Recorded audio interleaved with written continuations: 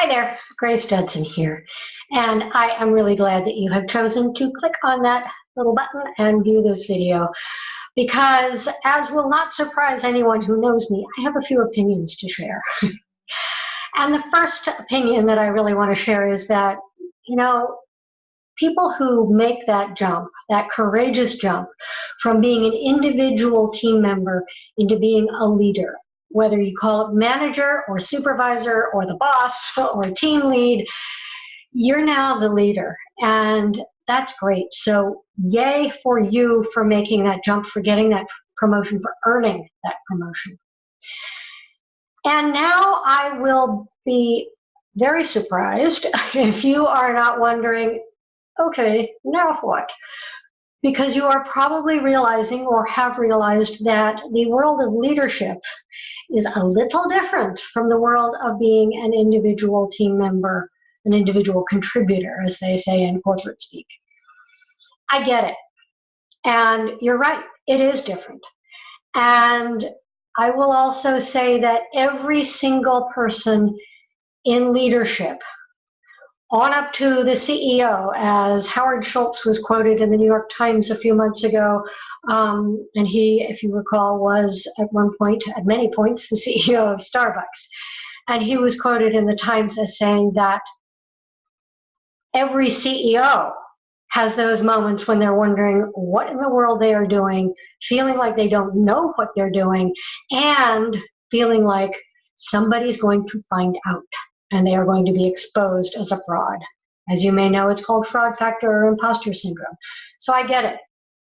And I also get that, especially as a new leader who is perhaps not connected to a peer group, a real peer group of people who are also new leaders and just entering into that role, you may not have anybody that really gets this experience or that you feel safe to talk to. You can't talk to the people you used to work with as individuals.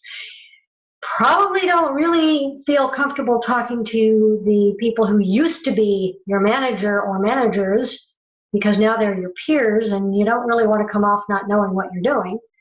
Talking to your boss, who probably was the one who chose to promote you, probably also doesn't feel so great. And family and friends are not in the same world, and they're also really excited and positive about this promotion that you got, but they may not be the ones that you really feel you can go to and say, okay, I get it, I'm glad I got it, now what do I do with it, right? Well, I have good news for you, because that is exactly what I am here for. Having gone through that experience myself and having helped many of my employees in my multiple years, I was 25 years in the corporate world, 16 of which were in leadership. I made that transition. I helped others make that transition when I was in that leadership role myself. And I have been coaching and consulting and teaching, training on leadership skills since I started my own business in 2005, I believe it was, which was a very long time ago. The point I want to make here, you don't have to go it alone. I have multiple resources for you, and the first one that I want to invite you to is what I call the Leadership Launchpad Workshop. It's a workshop that I hold every few weeks, and it is a workshop. It's online, it is free, and I would love for you to sign up for it. The link to do so is right here, and it is not recorded. It is not a webinar, because it is an interactive experience that varies every time it runs, because there are different people with different questions and different challenges. And I would love for you to be one of those people so that I can help answer some of your questions and help you meet some of these challenges of being a new leader. You don't have to go it alone. Come on over to the workshop. See you there.